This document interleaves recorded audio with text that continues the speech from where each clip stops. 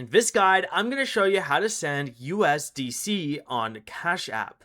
This is Miguel from Just Pause, and before we get into this guide, make sure to like the video and subscribe to the channel with all notifications on for more content like this. It really does help out the channel and we'd greatly appreciate it. If you have any questions, just ask them down in the comment section below. I'm going to be doing my best to reply to every single comment down there.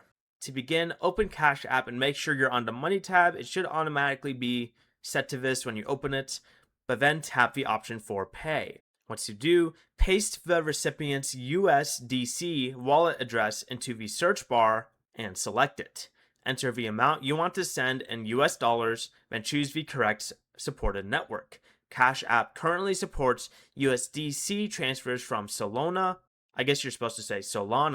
then Ethereum, Polygon, and Arbitrum. Carefully confirm that the wallet address and network match the recipient's wallet. Enter your Cash App PIN or use Face ID to approve the transfer.